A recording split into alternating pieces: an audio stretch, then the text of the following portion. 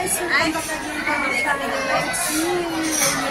So ngayon guys, hindi ko kami sasaya kasi birthday ng Lisa. So si Nina ay kumuha ng photo.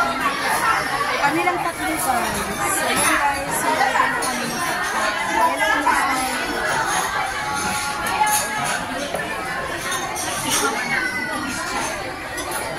Hello guys, yung aming main course. 4 grapes, pareho kami tatlo lahat.